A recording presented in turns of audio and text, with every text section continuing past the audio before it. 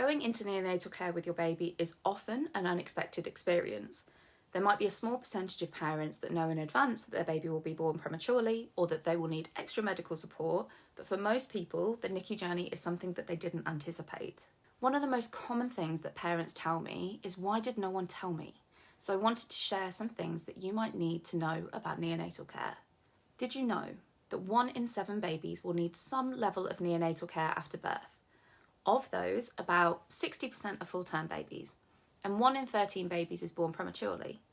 40% of multiples need a neonatal admission. These numbers are fairly high. They might surprise you. They surprised me. And yet we rarely talk about what to expect if our baby ends up in neonatal care, and it leaves little room for preparation. I'm a clinical psychologist and I've lived this experience myself. My baby was born at 31 weeks in 2019 and we spent 5 weeks in neonatal care.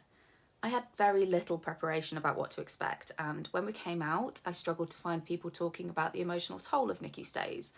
So I created that space myself with another mum, Georgie, and we now support NICU parents through social media, therapy, free resources and an online community called the NICU Space, and through Miracle Moon. So I wanted to share 10 things I wish I had known before our NICU journey to help you or a loved one if you ever find yourself in neonatal care. 1. A tour of NICU. If time allows before your baby is born, you may be offered a tour of the NICU where you can meet the staff and ask questions. It might be virtual or it might be in person.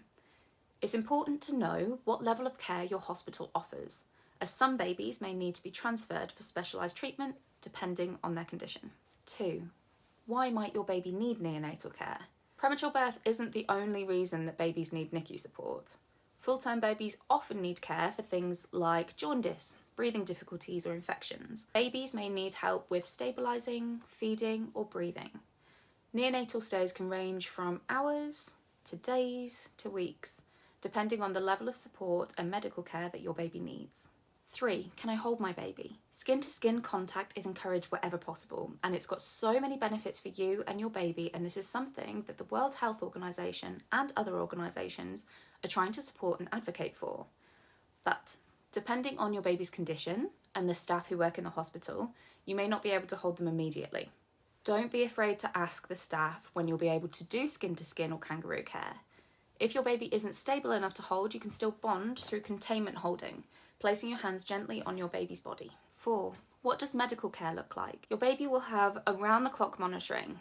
There'll be beeps, lights, tubes, wires, and different methods of monitoring and supporting your baby's health. It can feel really overwhelming, but every machine and tube is there to help your baby. And if the medical jargon gets confusing, ask for a glossary, or feel free to ask for explanations. You are allowed to ask questions. 5. Can I feed my baby? Feeding might look different than you expected. If breastfeeding, you may be encouraged to start with hand expressing colostrum right away. Tube feeding is often the first step in the NICU, and over time you'll be involved in feeding your baby by tube, bottle or breast as they become stronger. 6. Bonding with my baby. The NICU experience can make bonding feel difficult, and it's okay if you don't feel that immediate rush of love. Your brain is often in survival mode, and there are so many barriers both emotionally and physically, but you can create a strong, positive bond in the NICU and at home. Small things can help.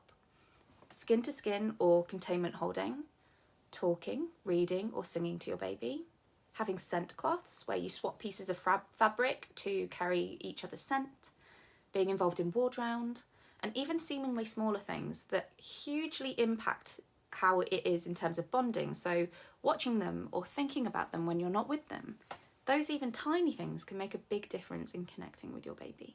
7. Who is involved in my baby's care?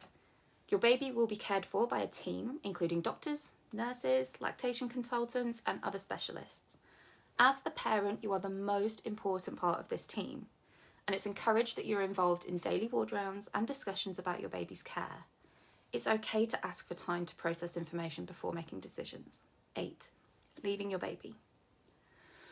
For so many parents, leaving the hospital without your baby is one of the hardest parts of the NICU journey. If you're discharged before your baby, try to establish a routine where you say goodbye for now. Do a feed, have a cuddle, read a book, tuck them into bed. You can always call the unit for updates if you want to, and some hospitals even offer video calls to stay connected. It's okay to feel however you feel about this. It's hard. 9. The emotional roller coaster. NICU is often described as a roller coaster, so you may feel sadness, anger, guilt, joy, and everything in between, and it's all valid. Make sure that you're taking care of yourself by eating, resting when you can, taking time away when needed. You need to recharge so that you can look after your baby to the best of your ability. And lastly, coming home. When it's time to bring your baby home, you may feel a mix of excitement and anxiety. The NICU offers a level of support that's hard to leave behind, and it's okay to feel that way. Remember that support is out there for you, even after you leave the NICU. The NICU journey can be overwhelming, but with the right information and with the right support, you can navigate this experience. I want you to know that you're not alone, and every feeling that you have is valid. And your well-being is the most important thing when it comes to looking after your baby. So please reach out to us at Miracle Moon or your GP for more support.